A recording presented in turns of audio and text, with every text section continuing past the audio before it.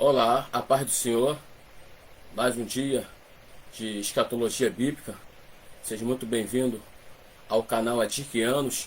Nós vamos estar dando prosseguimento nessa hora. Vamos estar falando sobre a meretriz ou a prostituta assentada sobre uma besta. A prostituta sentada sobre uma besta, a grande meretriz, a grande Babilônia, a mulher sentada sobre a besta.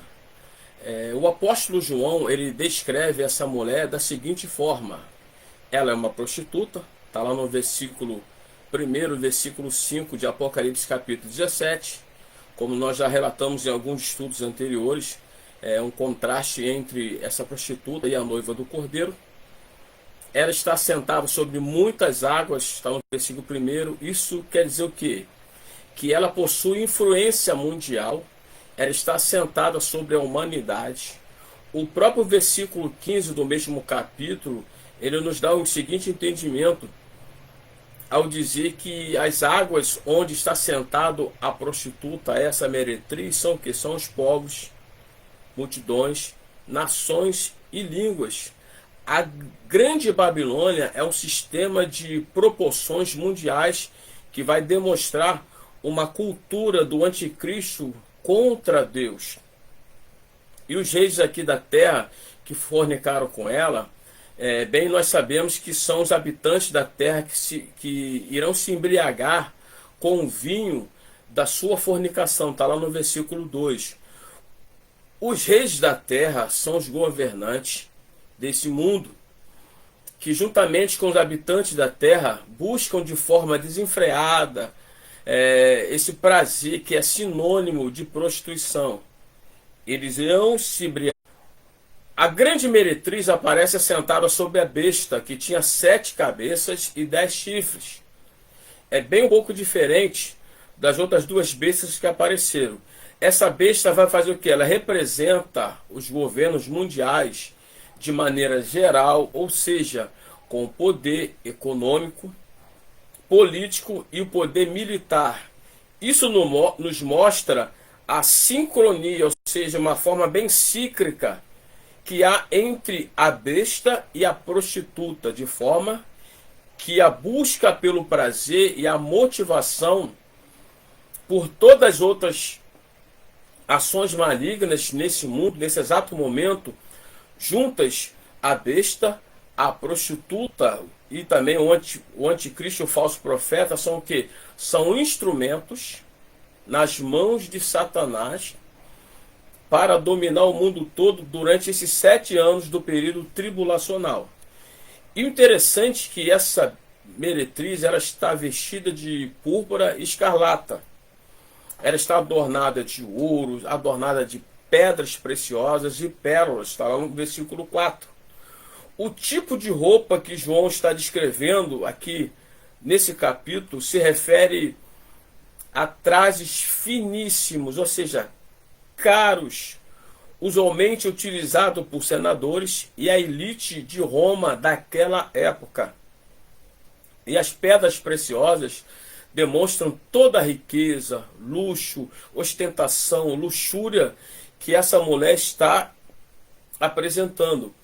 É a descrição completa do mundo ímpio, que vive em função de suas conquistas, de suas riquezas, do seu poder e da sua glória, essa glória passageira.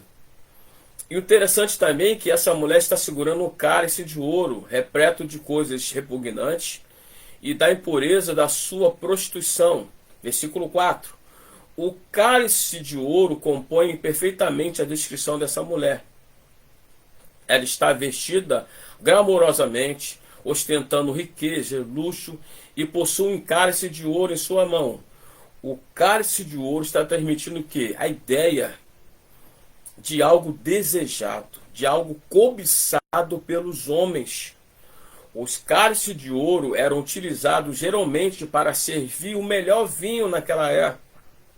Mas no caso dessa mulher é diferente.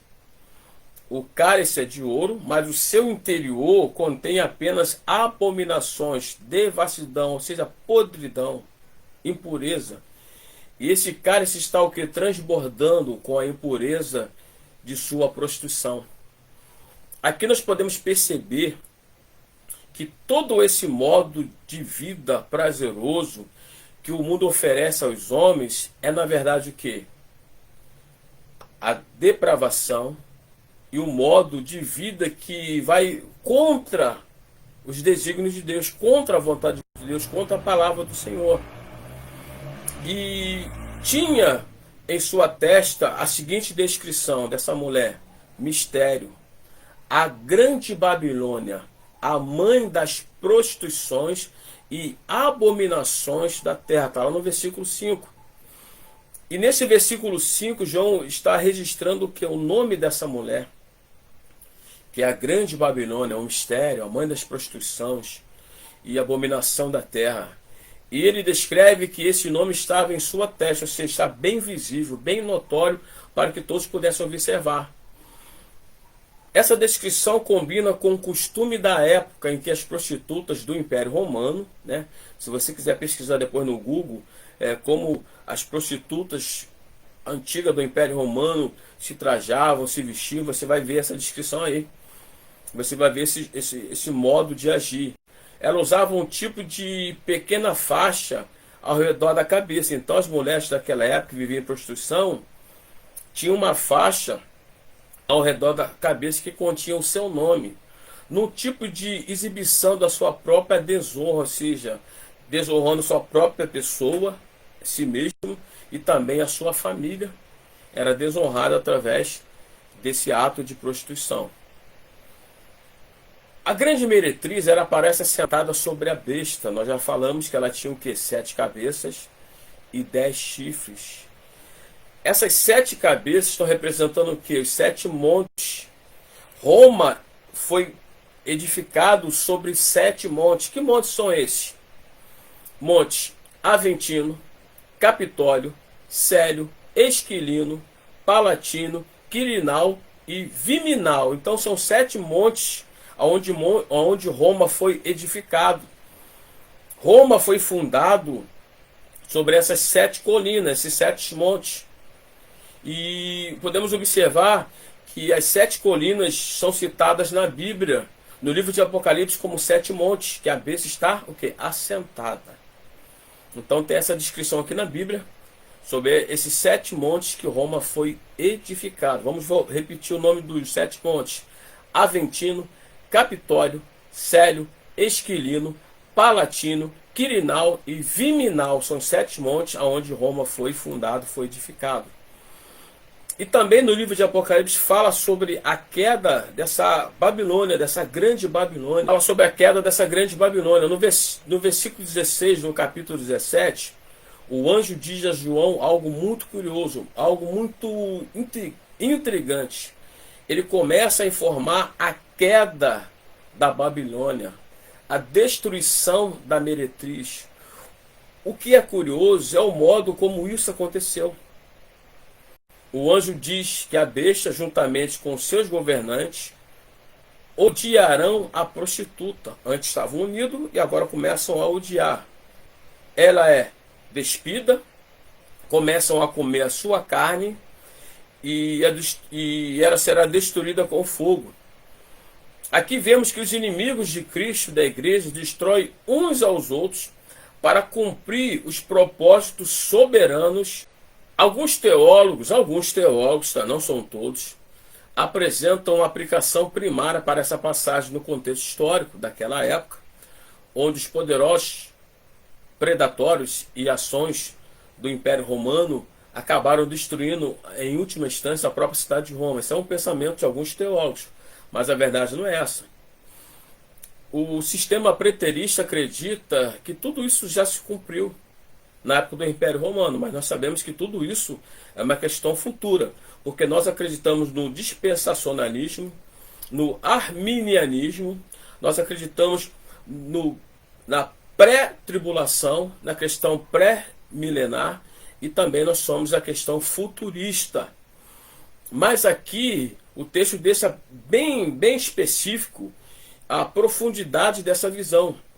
A descrição dessa cena nos mostra que a busca pelo prazer, a sedução do mundo é autodestrutiva.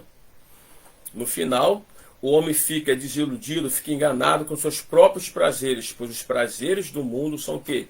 São passageiros. Os homens vão ficar frustrados quando percebem que tudo aquilo que eles buscam durante a vida será destruído. E nessa hora não adianta arrependimento, não adianta lamentação, é tarde demais, porque o juízo de Deus chegou até eles.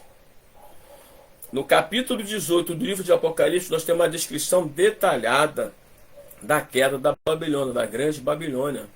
Ao todo são 7 mensagens de julgamento contra a Babilônia. Primeiro, há 3 mensagens angelicais de condenação. Depois, há 3 lamentos por parte dos homens que estavam admirando, estavam comprometidos com essa meretriz. E por fim, há um aviso final e definitivo sobre a queda final e a permanência da grande Babilônia, dessa meretriz que é destruída. E essa descrição particularmente está ligada aos momentos finais da presente era e a tão gloriosa, aleluia, tão gloriosa segunda vinda de Cristo, e nesse momento é que a mulher é destruída. Então o que acontece? A Babilônia cai, a Nova Jerusalém se levanta em grande esplendor, enquanto a prostituta é despida, desonrada, a noiva do Cordeiro aparece ataviada, adornada e vestida de linho fino, resplandecente e puro. Enquanto a falsa igreja está condenada, a verdadeira igreja está o que? Justificada. Glórias a Deus. No próximo estudo, nós vamos estar falando sobre batalha final. Nós vamos falar sobre grande trono branco de Cristo. E vamos estar falando sobre novo céu, nova terra. Vamos estar falando sobre a Nova Jerusalém. Aí tem um bônus também para você que é estudante de escatologia bíblica. Vamos falar sobre escatologia do livro de Daniel. E vamos também falar sobre escatologia de Mateus, capítulo 24. Que Deus abençoe a tua vida. E até a próxima, querendo Deus.